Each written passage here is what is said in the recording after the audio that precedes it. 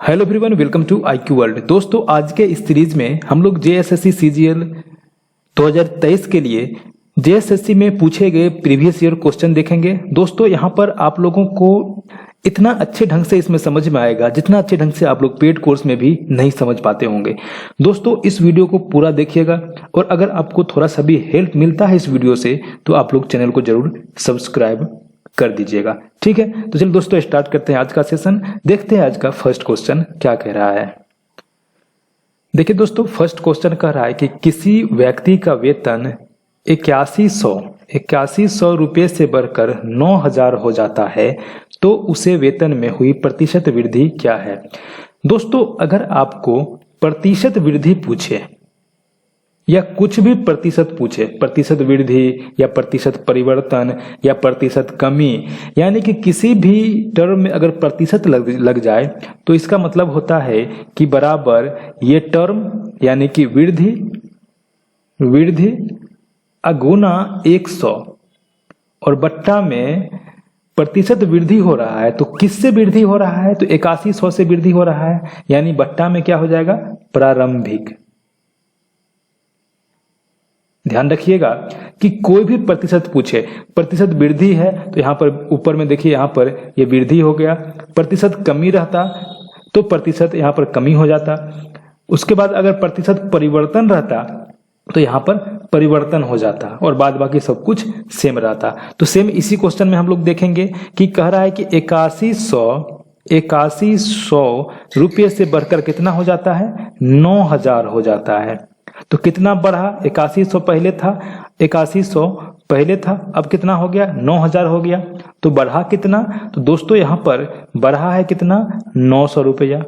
ठीक है, तो हम लोग वृद्धि यानी कि 900 अगुना 100 और बट्टा में प्रारंभिक कितना था? प्रारंभिक था 8100, यानी 8100 से बढ़ के ही 9000 हुआ था। तो प्रारंभ में कितना था? 8100 था, बट्टा में 8100। 00 से 00 कट जाएगा, 9 नमा 81 और 9 दाहें 90। ठीक है, यानी 100 बट्टा 9, इसको काटिएगा तो हो जाएगा 11.1/9%। ठीक है, कोई दिक्कत नहीं है, डी नंबर ऑप्शन आपका सही हो गया। इसी तरीके से दोस्तों यहाँ पर जो मैंने आपको यहाँ पर ये फॉर्मूला बताया, काफी इंपॉर्टेंट फॉर्मूला है ये। ठीक है, इसको ध्यान रखिएगा तो सारा क्वेश्चन इस टाइप का आपको इसी फॉर्मूला से सॉल्व होगा। जैसे देखिए यहाँ पर प्रतिशत, अगर प्रतिशत लाभ निकालते हैं तो इसमें भी लिखते हैं लाभ गुना 100 और बट्टा में क्या लिखते हैं? क्रय मूल्य लिखते हैं। ठीक है, बट्टा में क्रय मूल्य लिखते हैं। क्रय मूल्य प्रारंभिक हो जाता है क्योंकि क्रय मूल्य पर ही लाभ होता है। उसी तरीके से अगर हम लोग परसेंटेज हानि निकालते हैं तो हानि गुना 100 बट्टा क्रय मूल्य लिखते हैं। तो ये जो फॉर्मूला है दोस्तों, ये फॉर्मूला बहुत ही रामबाण फॉर्मूला है। यहाँ से आपको बहुत सारे क्वेश्चन इस फॉर्मूला से सॉल्व होते हैं। चलिए अब हम लोग नेक्स्ट क्वेश्चन पर बात करते हैं। देखिए दोस्तों, यहाँ पर लाभ और हानि का बहुत ही शानदार क्वेश्चन है। आप लोग बहुत ही ध्यान से इसको समझिएगा। शानदार भी है, आसान भी है अगर आप समझ जाते हैं तो। कह रहा है कि कोई व्यक्ति एक वस्तु खरीदता है। ठीक है, तो मान लीजिए कोई व्यक्ति है और वस्तु खरीदा है। कितना में खरीदा है? तो मान लीजिए वो खरीदा है X रुपया में खरीदा है, कोई दिक्कत नहीं है। उसे 10% के लाभ पर बेचता है। खरीदा X रुपया में, यानी कि कॉस्ट प्राइस जो हो गया वो हो गया X रुपया, और सेलिंग प्राइस यानी कि बेचा कितना में? बेचा है वह 10% के लाभ पर। 10% के लाभ पर बेचा है तो विक्रय मूल्य कितना हो जाएगा? X गुना 100, 10 बट्टा 100। 10% लाभ है तो ये विक्रय मूल्य हो गया। इसको काटिएगा अगर तो ये हो जाएगा 11x बट्टा 10। ठीक है, क्रय मूल्य कितना हो गया आपका? क्रय मूल्य हो गया दोस्तों x और विक्रय मूल्य हो गया 11x बट्टा 10। ये हो गया पहला केस में। पहले केस में यहाँ पर दोस्तों आपका ये हुआ। और अब आते हैं दूसरा केस में। क्या है दूसरा में? कह रहा है कि यदि वह वस्तु को 20% कम मूल्य पर खरीदता, यानी कि पहले ये खरीदा था x में, अब खरीदता अगर 20% कम, यानी कि x अगुना 80 बट्टा 100। कमी होता है परसेंटेज को 100 में से घटा करके उतना लिखते हैं, अब बढ़ोतरी होता है तो 100 में बढ़ा कर लिखते हैं। तो ये कटेगा यहाँ पर 4 और ये कटेगा 5, यानी कि 4x बट्टा 5। ये क्या हो गया दोस्तों? ये हो गया आपका दूसरे केस में क्रय मूल्य। ठीक है, अब देखिए आगे हम लोग बात करते हैं, आगे क्या कह रहा है कि उसे 1,000 रुपये अधिक में बेचता है। बेचता कितना में है? तो बेचता है 1,000 रुपये अधिक में। पहले बेचता था 11x बट्टा 10 रुपये में, अब बेचता है 1,000 उसमें ऐड कर दीजिए, यानी कि दूसरा जो आपका विक्रय मूल्य हो गया वो कितना हो गया? इतना हो गया। कोई दिक्कत नहीं है यहाँ से। तो उसे 40% का लाभ होता है। तो वस्तु का क्रय मूल्य ज्ञात कीजिए, यानी क्रय मूल्य यानी कि आपको x का मान निकालना है। जितना चीज मैंने बताया फिर से मैं आपको एक बार रिपीट कर देता हूं जिस समझ में आ जाए। कह रहा है कि कोई व्यक्ति एक वस्तु खरीदता है, तो मान लीजिए कि वस्तु खरीदता है 100 रुपया में, उस 10% लाभ पर बेच देता है। 10% लाभ पर बेचा तो कितना में बेचा? उसको देख रहे हैं यहाँ पर, उसको बेचा है 11x बट्टा 10 में। उसके बाद कह रहा है आगे कि यदि वस्तु को 20% कम मूल्य पर खरीदता, पहले x में खरीद रहा था, अब खरीदता अगर 4x बट्टा 5 में और 1,000 रुपये अधिक में बेचता, पहले बेच रहा था 11x बट्टा 10 में और अब बेचेगा, उससे 1,000 रुपया जोड़ देंगे, यानी कि 11x बट्टा 10 प्लस 1,000 में अब बेच रहा है, तो उसे 40% का लाभ होता है। दोस्तों आपको पता है कि लाभ किस पर होता है? तो लाभ होता है क्रय मूल्य पर। क्रय मूल्य कितना है? दूसरा क्रय मूल्य कितना है? 4x बट्टा 5। इसी पर लाभ होगा। कितना परसेंट लाभ पर बेच रहा है? तो 40% पर। तो मैंने बताया था कि जब लाभ होता है तो उसमें 100 में जुड़ करके लिखते हैं, ठीक है। जैसे अभी भी यहाँ पर देख रहे थे, यहाँ पर जो मैंने अभी सेलिंग प्राइस निकाला था उसमें x में 10% लाभ पे बेचा, 10% जोड़ करके लिखा था। उस तरीके से 4x बट्टा 5 में 40% का लाभ होता है, तो कितना हो जाता है ये विक्रय मूल्य? 11x बट्टा 10 प्लस 1,000। कोई दिक्कत नहीं यहाँ से, आप यहाँ से x का मान आराम से निकाल सकते हैं। इसको चलिए काटते हैं, इसको, ये कट गया 0 से 0, 7 दूनी 14 और 5 दूनी 10, तो ये हो गया 28x बट्टा 25 बराबर 11x बट्टा 10 प्लस 1,000। इसको दोस्तों आगे सॉल्व कीजिएगा तो क्या हो जाएगा? देखिए क्या होता है। देखिए अब हम लोग इसको ले आएंगे इधर, तो क्या हो जाएगा? 28x बट्टा 25 और माइनस 11x बट्टा 10 बराबर 1,000। अब यहाँ से निकालिएगा, दोनों का एलसीएम हो जाएगा 50, तो ये हो जाएगा 56x और माइनस ये हो जाएगा 55x बराबर 1,000।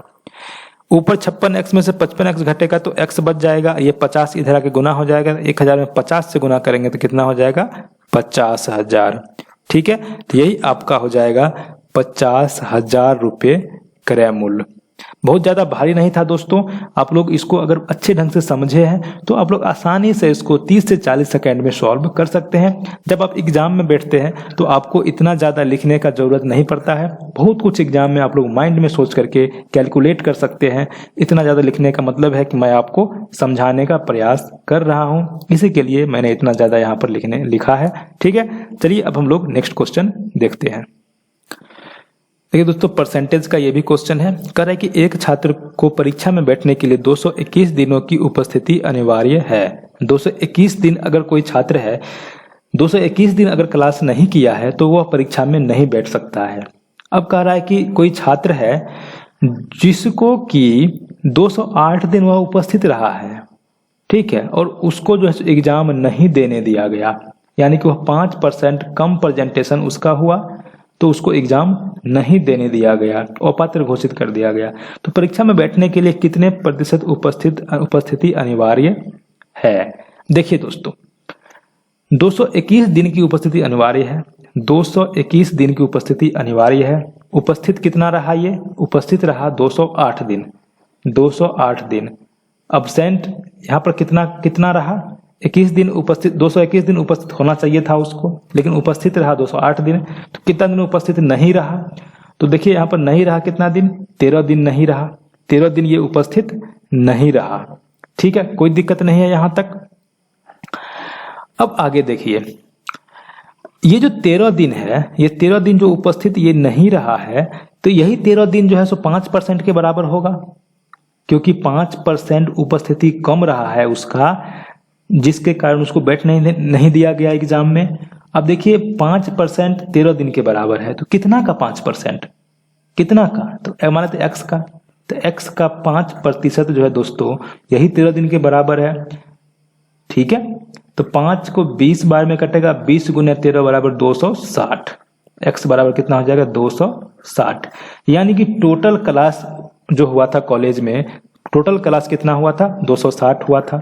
260 में से 221 दिन की उपस्थिति अनिवार्य है। ठीक है, लेकिन विद्यार्थी प्रेजेंट हुआ 208 दिन।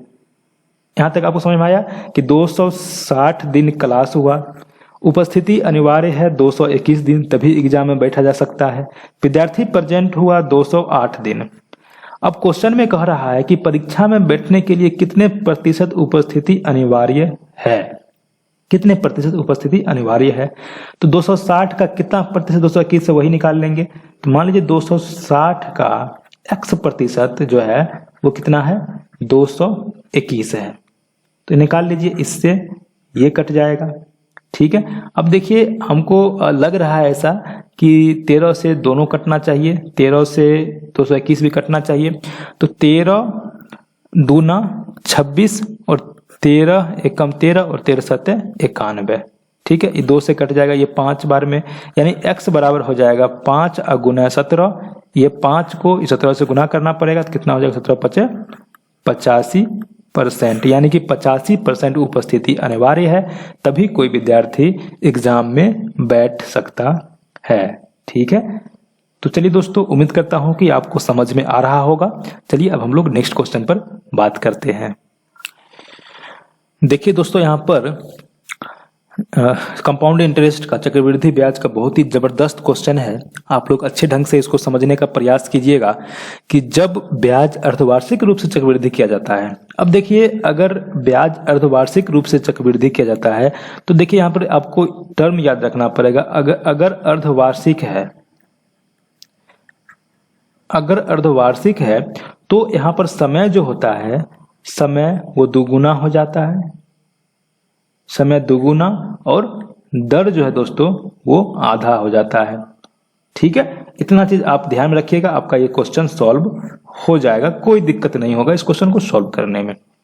देखिए कह रहा है अर्धवार्षिक रूप से चक्रवृद्धि किया जाता है तो एक राशि एक निश्चित ब्याज दर पर एक वर्ष में उसी राशि का 729/625 हो जाता है।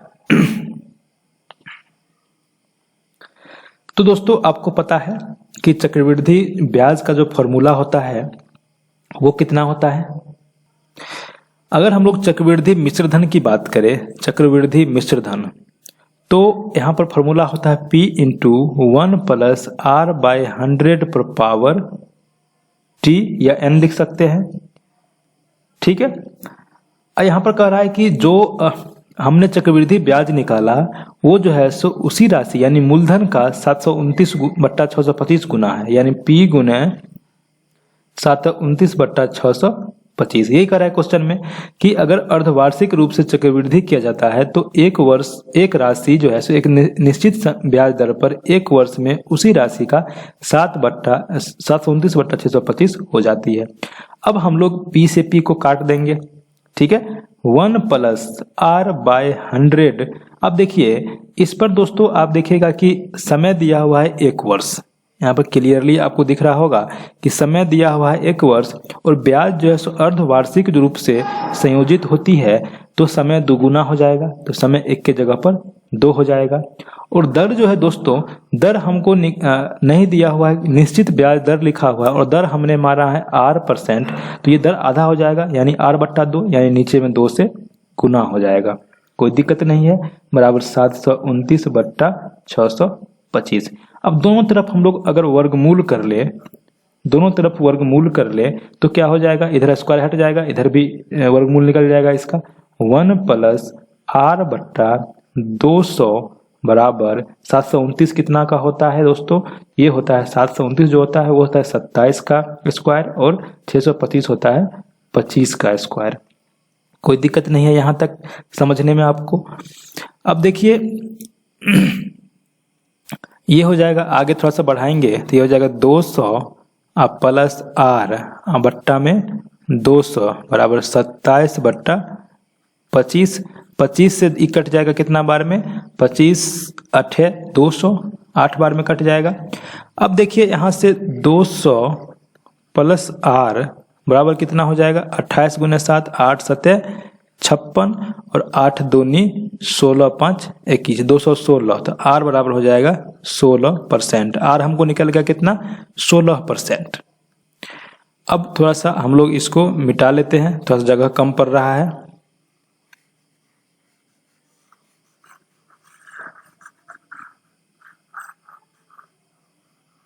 चलिए अब आगे देखते हैं आगे क्या कर रहा है क्वेश्चन। क्वेश्चन दोस्तों थोड़ा सा लेंदी क्वेश्चन है, इसको बढ़िया से समझने का प्रयास कीजिएगा। हम लोग को r निकल गया है।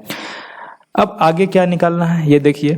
आगे कह रहा है कि 10,000 रुपया। अब देखिए अब 10,000 रुपये हो गया, P दे दिया, पर उसी ब्याज दर पर यानी 16% ब्याज दर पर 2.5 वर्षों में प्राप्त होने वाला चक्रवृद्धि ब्याज कितना होगा।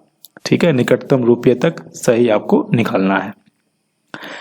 तो देखिए आपको फॉर्मूला पता है कि अगर ये फ्रैक्शन में दिया रहे, पूर्णांक में 2 पूर्णांक 1/2 है, जैसे इस टाइप से अगर दिया रहे तो फॉर्मूला क्या होता है, P into 1 plus r by 100 power, ये कितना हो जाएगा, ये हो जाएगा 2 पूर्णांक 1/2 है तो 2 यहाँ हो जाएगा। अब फिर इंटू 1 प्लस r बाय 100। अब देखिए जो 1/2 था यहाँ पर, आप देख रहे हैं यहाँ पर ये जो 1/2 था फ्रैक्शन में, वो यहाँ पे गुना हो जाता है।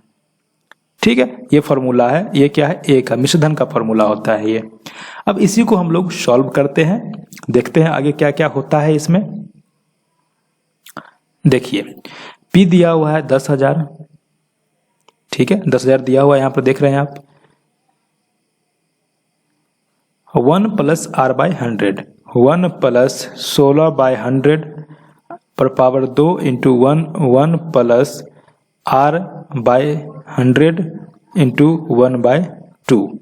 ठीक है, कोई दिक्कत नहीं है यहाँ। अब देखिए 10,000 ये कितना हो जाएगा, 4 चौका 16 और 25 चौका 100, 25 4 29, 29/25 अगुना 29/25। अब गुना, अब देखिए ये से ए कट जाएगा 8 बार में, और ये से कट जाएगा 2, और ये कट जाएगा कितना बार में, 25, तो ये हो जाएगा 27/25। ठीक है, इसको सॉल्व कीजिए तो ये हो जाएगा 25 चौका 100, यानी कि ये हो जाएगा 400।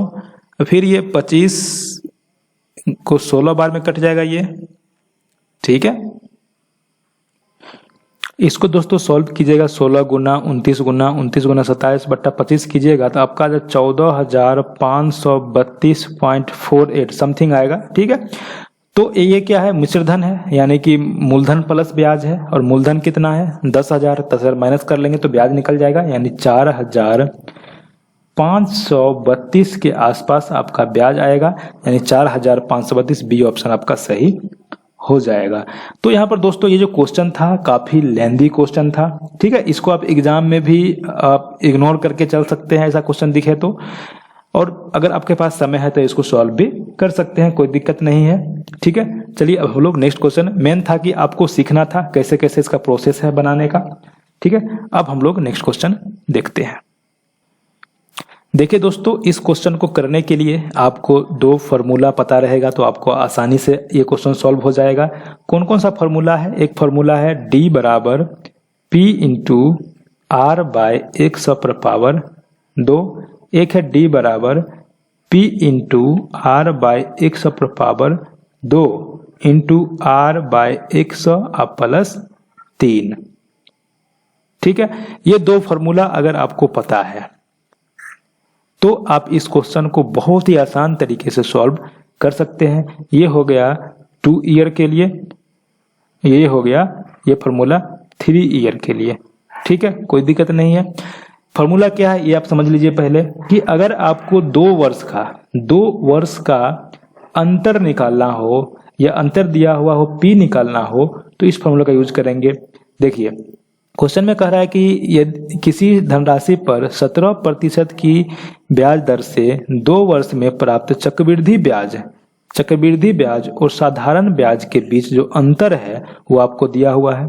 यानी चक्रवृद्धि ब्याज और साधारण ब्याज के बीच का जो डिफरेंस है, अंतर है, वो बराबर होता है P इंटू R बट्टा 100 का स्क्वायर। कब? जब ये 2 साल का अंतर दिया हुआ हो। जब 3 साल का अंतर दिया हुआ हो तो ये फॉर्मूला यूज करेंगे। यहाँ भी डिफरेंस यानी यहाँ भी अंतर ये है और ये P है। तो कह रहा है यदि ब्याज की गणना वार्षिक चक्रवृद्धि आधार पर होती है तो राशि ज्ञात करें, यानी कि P आपको निकालना है दोस्तों। तो आपको पता है कि D बराबर होता है P इंटू R बट्टा 100 पर पावर 2। कब? जब यहाँ पर 2 वर्ष का पूछा जा रहा है तो हम लोग इस फॉर्मूला को यूज कर लेते हैं। अब देखिए D दिया हुआ है 433.5 है, तो 0.5 को हटा करके एक नीचे 10 डाल देते हैं, कोई दिक्कत नहीं है यहाँ तक। अब देखिए बराबर P हमको निकालना है। R दिया हुआ है कितना? R दिया हुआ है 17, तो 17 अगुना 17 बट्टा में 100 अगुना 100 स्क्वायर कर दिए, हो गया, कोई दिक्कत नहीं है।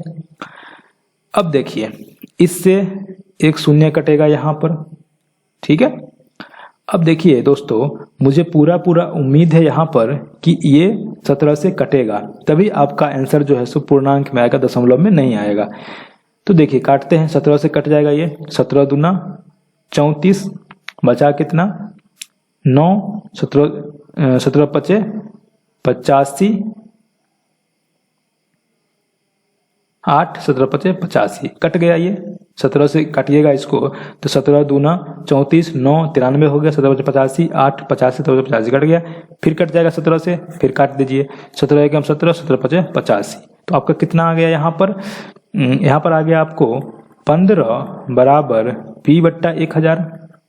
अब देखिए P का मान निकालना हो तो क्रॉस गुना कर लेंगे, P बराबर 15,000। कोई दिक्कत नहीं है दोस्तों, समझने में आपको काफी आसान क्वेश्चन था। आपका P हो जाएगा 15,000, यानी राशि हो जाएगा 15,000, राइट आंसर।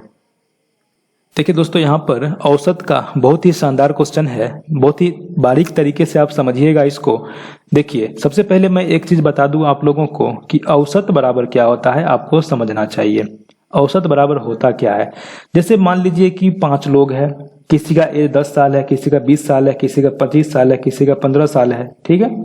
आपको कहेगा सभी का औसत एज, एवरेज एज कितना है, तो क्या करते हैं हम लोग, सभी का एज को जोड़ते हैं, यानी कि सभी का योग निकालते हैं, ठीक है दोस्तों। और कितना लोग है, जैसे 5 लोग हैं तो उसका नीचे में भाग देते हैं उससे, यानी योग बट्टा संख्या, ठीक है। अगर हमको यहाँ से योग निकालना हो तो औसत गुना संख्या हो जाएगा, ठीक है।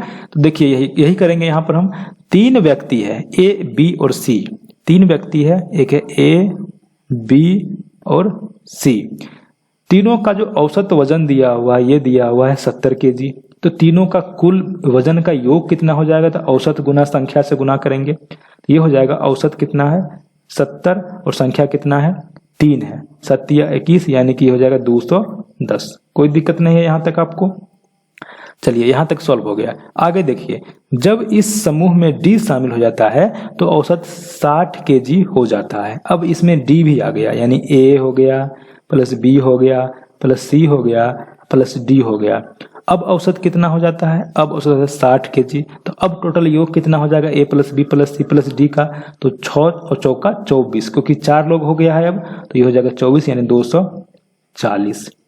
अब देखिए तीनों का योग था, A B C का योग 210 था, A B C D का योग 240 है, यानी D का मान कितना हो जाएगा यहाँ से, तो यहाँ से अगर हम लोग D का मान देखेंगे तो D का मान हो जाएगा 240 में से 210 घटा लेंगे तो ये हो जाएगा D का मान कितना 30 kg।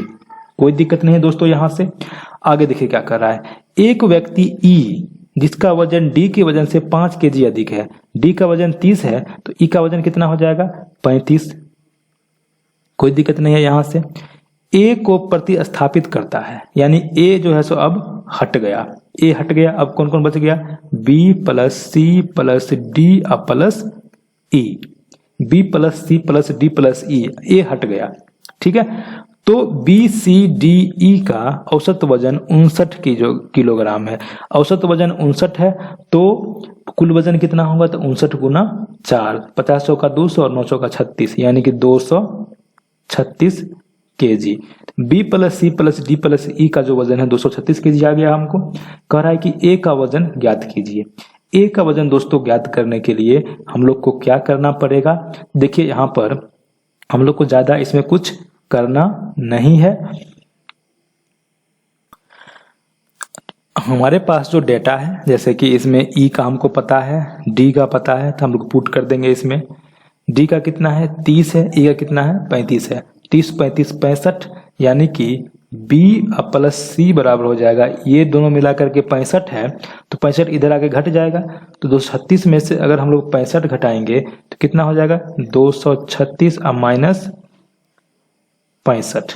ठीक है, तो 6 में से 5 गया 1 और बचा कितना 23, 23 में से 6 गया तो 17, यानी कि 171। B प्लस C का मान हमको आ गया 171। तो यहाँ पर दोस्तों देख सकते हैं कि B प्लस C के जगह पर अब अगर हम लोग 171 लगा दें तो क्या हो जाएगा, A प्लस 171 बराबर 210, A प्लस 171 बराबर 210। यहाँ से A का मान निकालेंगे तो 210 माइनस 171 बराबर कितना हो जाएगा।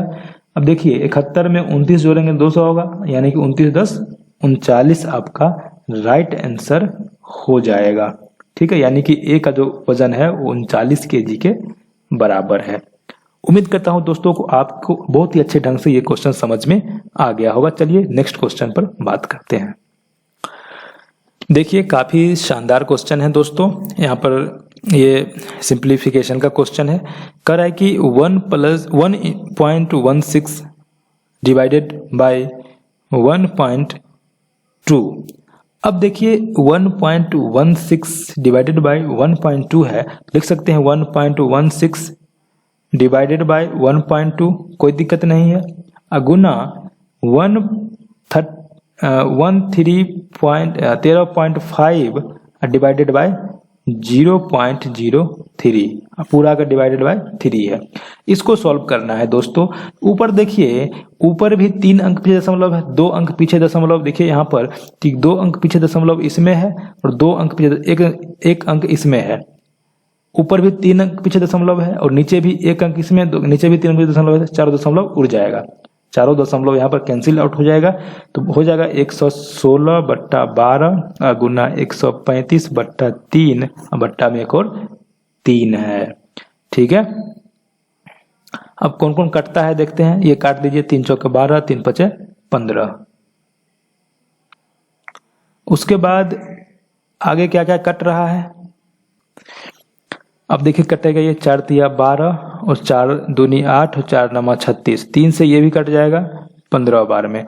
ठीक है, तो आपका क्या आ गया यहाँ पर कि 29 गुना 15/3, 3 से ये कट जाएगा 5 बार में, तो 20 पंचे 100, 9 पचे 45, यानी 145 आपका आ गया राइट आंसर इसका दोस्तों। तो बी नंबर ऑप्शन सही हो गया है। ठीक है, अगर यहाँ पर आपको समझ में नहीं आया है तो फिर से एक बार मैं समझा देता हूँ। यहाँ पर हमारे पास टाइम है अभी। देखिए मैंने बताया आपको कि ऊपर भी दशमलव सेम है, नीचे दशमलव सेम है। कैसे सेम है वो भी हम लोग देख लेते हैं। देखिए आपको पता है कि अगर कोई x दशमलव y है, दशमलव है ये, अब अगर इसको दशमलव हटाना है तो क्या करते हैं, x y बट्टा में जितना अंक पीछे दशमलव है उतना 0 डाल देते हैं 1 पर। अब देखिए यहाँ पर कि 1.16 है, 2 अंक पीछे दशमलव है, तो यहाँ पर 116 और बट्टा में कितना हो जाएगा 100। ठीक है, अब देखिए नीचे वाला में देखिए 1 अंक पीछे दशमलव है, तो उसमें भी क्या हो जाएगा, उसमें भी हो जाएगा बट्टा में 10 हो जाएगा, यानी कि नीचे 12, इसको मिटाना पड़ेगा यहाँ पे, चलिए कोई बात नहीं है। देखिए नीचे 12, इसके नीचे बट्टा में जो 10 था वो 10 ऊपर चला जाएगा। ठीक है, कोई दिक्कत नहीं है। अब फिर गुना, अब देखिए इसमें देखिए कि 135 और बट्टा में कितना, इसमें 10 हो जाएगा। अब नीचे वाला में देखिए 0.03 है, 2 अंक दशमलव है, तो गुना 3, इसके बट्टा में जो 100 होगा वो ऊपर चला जाएगा। ठीक है, देखिए 100 से 100 कट जाएगा, 10 से 10 कट जाएगा, यानी कि आपका आ गया सेम जो यहाँ पर हमने लिखा था। ठीक है, तो आप ऐसा कर सकते हैं, जैसे कि मान लीजिए कि जैसे 1.11 है, गुना है 3.24 है, गुना है 1.2 है। अब बट्टा में देखिए 1.00001 इस तरीके से है। ठीक है, तो आप देख सकते हैं यहाँ पर कि 2 अंक पीछे दशमलव इसमें है, 2 अंक इसमें है और 1 अंक इसमें है, तीनों मिलाकर के 5 अंक पीछे दशमलव है। और नीचे भी देखिए 1 अंक, 2 अंक, 3 अंक, 4 अंक, 5 अंक, नीचे भी 5 अंक दशमलव है। तो हम दशमलव को डायरेक्ट कैंसिल कर देंगे, हम कुछ नहीं करेंगे इसमें। ठीक है, चलिए अब हम लोग नेक्स्ट क्वेश्चन पर बात करते हैं। देखिए दोस्तों, बहुत ही बढ़िया क्वेश्चन है। सरिता ने 18,600 रुपये का ऋण लिया, जिसका कुछ अंश 5% और शेष 8% वार्षिक साधारण ब्याज पर दर पर था। 4 वर्षों के बाद उसे ब्याज के रूप में 4800 रुपये भुगतान करना पड़ा। 2 अलग अलग ब्याज दरों पर उधार ली गई राशियों में कितना का अंतर था। तो दोस्तों इस तरीके के क्वेश्चन में क्या करते हैं हम लोग कि मान लेते हैं कि 5% पर वह x रुपया उधार लिया। ठीक है, कोई दिक्कत नहीं है। मान लेते हैं कि x रुपया जो है वो 5% पर लिया, कितने साल के लिए? 4 साल के लिए। तो ये हो गया इसका ब्याज। ठीक है, अब प्लस, अब अगर x रुपया लिया है तो 8% पर कितना लिया होगा? टोटल लिया है 18,600 रुपया, जिसमें कि x रुपया ले लिया है 5% पर, तो 8% पर कितना लिया होगा? तो 18,600 माइनस x लिया होगा। 18,600 माइनस x, जो बच गया पैसा वही लिया होगा 8 पर, बराबर कितना हो जाएगा? 4800। क्योंकि दोनों का कुल जो ब्याज है वो 4800 दिया हुआ है, तो दोनों ब्याज को हमने जोड़ करके 4800 के बराबर कर दिया। अब देखिए यहाँ से काट सकते हैं दोस्तों, इसको 4 से काट सकते हैं, इसको कितना बार में? 25 बार में। इस 4 से इसको काट सकते हैं 25 बार में, कोई दिक्कत नहीं है। आगे देखिए कि इस 8 से हम लोग इसको सॉरी नहीं काट सकते हैं इसको, सॉरी, क्योंकि यहाँ पर जो है 8 यहाँ पर क्यों नहीं काट सकते हैं? क्योंकि यहाँ पर प्लस में है ये। ठीक है, इसलिए हम लोग उसको 8 से नहीं काट सकते हैं उसको। अब देखिए ये क्या हो जाएगा? 5x बट्टा में 25 प्लस ये हो जाएगा 8 से गुना कीजिएगा इसको, तो कितना हो जाएगा? 0 0 8 छक 48, हाथ में 4, 8 छक्के सॉरी 8 64, 4 68 और 8 8 14, और बट्टा में कितना हो जाएगा? -8x बट्टा में 25 बराबर 4800। ठीक है, कोई दिक्कत नहीं है यहाँ तक। अब देखिए दोनों का एलसीएम जो है वो 25 हो जाएगा, 25 हो जाएगा। अब ऊपर हो जाएगा 5x, ये हो जाएगा यहाँ से -8x, अब प्लस ये 14,8800 बराबर 4800। ठीक है, इसको सॉल्व करना है, ज़्यादा कुछ करना नहीं है। जो x का मान आएगा तो उसके बाद हम देखते हैं x के मान आता है उसके बाद क्या होता है। ठीक है, देखिए अब ये जो है 5x माइनस 8x तो -3x हो जाएगा। ठीक है, और -3x जो हो जाएगा दोस्तों, तो लिखते हैं -3x। देखिए इससे गुना कर दीजिएगा, इसको क्रॉस गुना, तो क्या हो जाएगा? -3x प्लस 14,8800 बराबर 25 2 0 हो जाएगा। 25 8 200, 200 का 0 बचा 20, 25 चौका 100, तो 120 आपका ये गुणनफल हो गया। 25 का इससे गुणनफल हो गया। ठीक है, अब देखिए यहाँ से 3x बराबर क्या हो जाएगा? अगर 3x को इधर ले आए, इसको इधर ले जाए, तो क्या हो जाएगा? 3x बराबर 1,48,800 में से तो कितना हो जाएगा? घटाएंगे 1,20,000 को, तो क्या हो जाएगा? 28,800। ठीक है, x बराबर क्या हो जाएगा? 3 से भाग देंगे इसमें, 3 9 27, 3 6 18, यानी 9600 आपका जो है x का मान आ गया।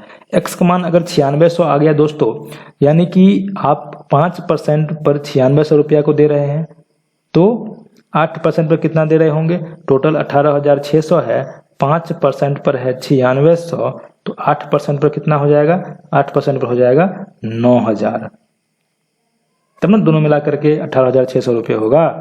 तो कह रहा है कि दोनों का अंतर कितना है, तो अंतर कर लीजिए, 96 से 9,000 घटाइए तो अंतर हो जाएगा 600 रुपये का। तो आपका राइट आंसर हो जाएगा 600 रुपये, डी नंबर ऑप्शन, क्योंकि पूछ रहा था कि अलग अलग ब्याज दरों पर उधार ली गई राशियों में कितना का अंतर था।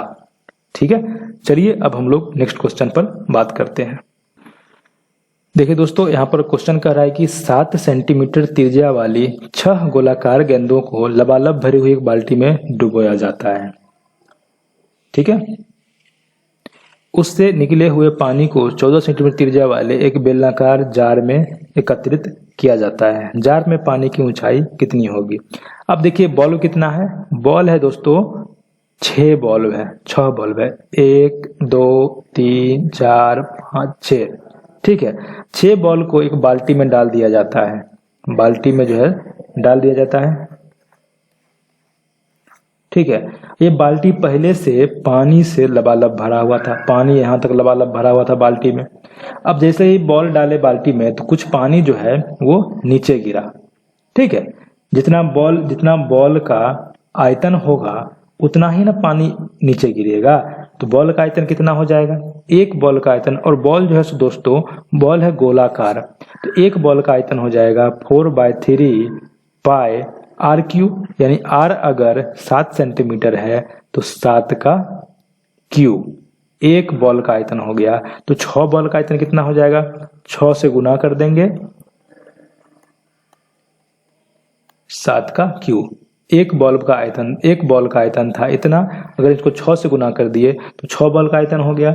अब जो बॉल का आयतन था, जो 6 बॉल का आयतन था उतना ही पानी नीचे गिरा, और इसी पानी को एक बेलनाकार पात्र में गिराया जाता है। तो बोल रहा है कि पात्र कितना ऊंचाई तक भरेगा। यदि पात्र की त्रिज्या जो है वो 14 सेंटीमीटर दी हुई है तो पात्र में कितना ऊंचाई तक पानी आएगा, यानी h का मान पूछ रहा है। यानी पात्र का कितना आयतन भरेगा वो हमको पूछ रहा है। तो मान लेते हैं कि पात्र h ऊंचाई तक भरेगा। तो h ऊंचाई तक पात्र का यानी बेलन का आयतन कितना हो जाएगा, पाई आर यानी 14 का स्क्वायर अगुना h तक भरा। मान दोनों आयतन बराबर होना चाहिए, क्योंकि जो गोला के कारण आयतन खाली हुआ है वही बेलन में आया है, दोनों का आयतन बराबर होगा। दोनों का आयतन बराबर कर दिए। अब हम लोग इसको काटने का प्रयास करते हैं, ये पाई से पाई कट जाएगा।